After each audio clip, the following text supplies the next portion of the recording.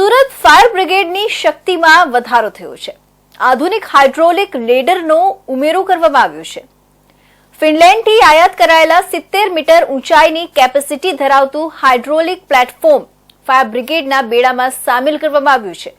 આ મશીનની ખરીદી અગાઉ કરવામાં આવી હતી, જો કે રશિયા યુક્રેન યુદ્ધના લીધે અટવાયેલું ટર્ન ટેબલ લેડર મશીન 2.5 વર્ષે સુરત પહોંચ્યું છે।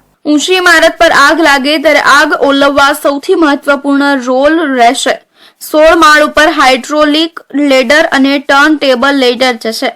ફિનલેન્ડથી ઇમ્પોર્ટ કરવામાં આવ્યું છે। 70 મીટરનું હાઇડ્રોલિક પ્લેટફોર્મ ફાયર ડિપાર્ટમેન્ટના બેડામાં સામેલ કરવામાં આવ્યું છે। 2 મિનિટમાં હાઇડ્રોલિક લેડર 16 માળ સુધી પહોંચી જશે। લોકોનો જીવ ગણતરીની મિનિટોમાં જ બચી જશે। આગ પણ કાબુ અને લોકોને બચાવી પણ શકાશે।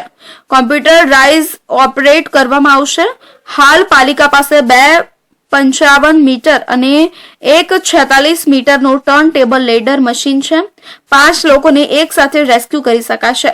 ઓવરલોડ થતા ઓટોમેટિક સેન્સર વાગવા લાગશે।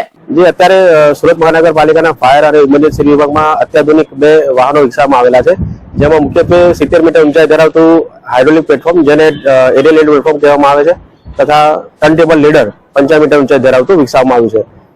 આ બંને વાહનોની ખાસિયત એ છે કે જ્યારે અર્બનાઇઝેશન જે સુરત શહેરમાં જે હાઈરાઇઝ બિલ્ડિંગ છે તેમાં આગને અકસ્માતના બનાવ, જે 20 થી 22 માળની ઇમારત છે એમાં આગનો બનાવ બને, તેમાં કોઈ માણસો ફસાયેલા છે, તેમને રેસ્ક્યુ કરવાના હોય તો આ પ્રકારની જે હાઇડ્રોલિક પ્લેટફોર્મનો ઉપયોગ કરી તેમને રેસ્ક્યુ કરીને બચાવી શકાશે।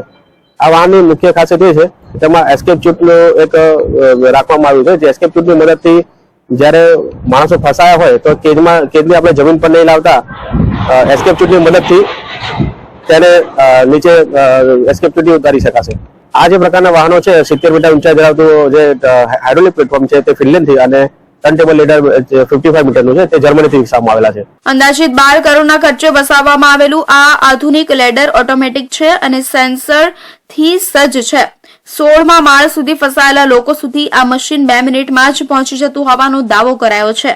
આ મશીનના આગમન સાથે સુરત શહેરના ફાયર વિભાગને હાઈરાઇઝ બિલ્ડિંગમાં આગથી જતા જોખમો સામે વધુ સજ્જ બનાવવામાં આવ્યું છે।